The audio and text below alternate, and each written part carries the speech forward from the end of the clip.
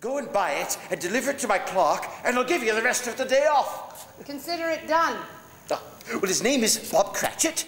It started more than anything with the first meeting with Dennis. And he came up with this idea of, at one point in the show, wanting to skate. And I thought this was a great idea. I said, what's more Canadian than skating?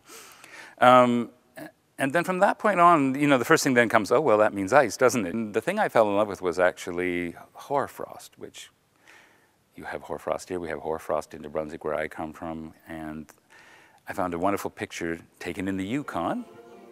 And I just fell in love with that picture. From that point on, I began to just kind of create my world using the idea of frost and snow and icicles and the sort of glint of the sun on things, to the point of, I said, people have snow on their hats, people have snow on their costumes, there's snow everywhere. So the set became Snow and Ice. When we think of England, we don't really think of snow that much, but in Dickens's day, there was snow, because they were coming out of the last of a little mini ice age, right up, it ended with the 1850s, I think. This is 1843, so they certainly had snow, and they certainly could skate, and they certainly had ponds freezing. And all those images, I thought, would ring with a Canadian audience. And we know the story, so why not have fun with it too? And the other thing about the frost is we wanted the image of his kind of cold, frosty heart. And the fact that Scrooge hates snow. He does that right in the show. He kind of hates snow and kind of can't stand it getting on him. And of course, by the end of it, he embraces the snow and that we all live in. Dennis and I came up with the idea that these large fruit, which you see in the back of the steampunk way, would actually just come flying in from all sides of the stage at Scrooge. And it's actually one of my favorite moments in the show when Scrooge is standing there and suddenly a large pear arrives, and then an apple, and then oranges, and everything comes flying in all directions at poor Scrooge. And then Christmas present rolls in on this with his helpers. It is probably the oddest piece maybe in the show. I mean, if you've seen many Christmas carols, you probably have never seen one of these before. Well, why not find something that is kind of fun, but also is still within the realm of possibilities of the time period, and something that is kind of current in a way. And I kind of latched on a little bit in my mind as to the steampunk, which which is a kind of rehashing of Victorianism again by a modern generation. And so that's kind of how this developed. It's kind of in the same world as the steampunk. You kind of go, how could that possibly be in Christmas Carol? And Ebenezer talks about that when he was left alone and not sent home to his family at Christmas, the only thing he enjoyed was reading his book, and one of his books was Robinson Crusoe. And Robinson Crusoe, there's one scene where he's described being attacked by the savages. And so we sort of came up with these ersatz savages. I don't know, they're from no place in the world, but they're kind of fun, and it's almost a dance number, but it's a battle scene where little Ebenezer fights off the savages. And they've got these wonderful kind of raffia headdresses, and they've got their eyes are in there, and they can see where they're going, and they have hard hats in underneath holding all this on. And they have bodysuits that are all made the same way. And it's one of those nightmare quick changes where they all have to get into this, do the scene, then get off and get back into Victorian clothes. There's so many scenes of the streets of London, and it's always difficult when you have to do cityscapes, I find, in any play. Because you're either limited to photo imaging now, or slides, or you do a painted drop, you do that kind of thing.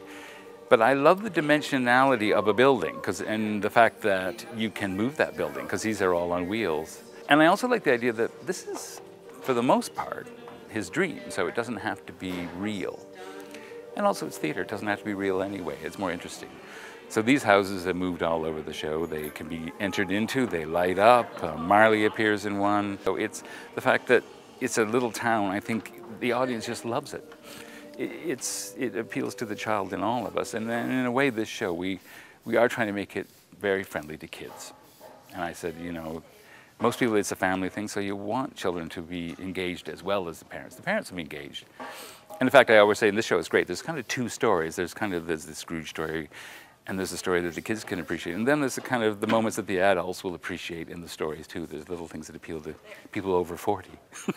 Well, I have one of the ghosts from Scrooge's nightmare. It's when Marley arrives, he also comes with a bunch of other ghosts. At the very beginning, he says, you have to know that Marley's dead.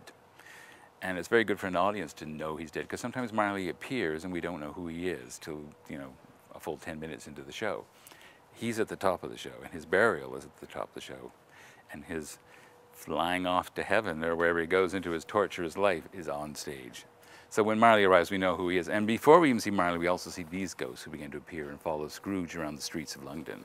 This is the 18th century ghost mask, and so they have articulated lower jaws, so they're attached to the actor's jaw, so they can move, and they can do that.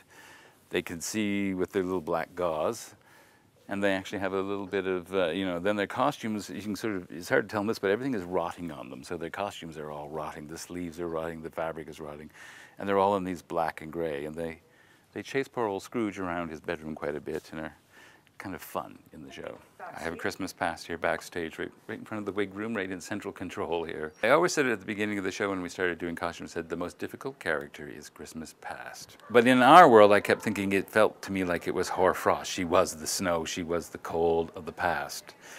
And so trying to create a costume that would allow somebody to do what she has to do, because she has to do a bit of flying, she has to do a bit of climbing, she has to do a lot.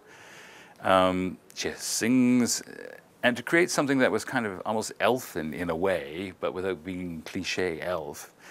And so we came up with basically a very simple shape.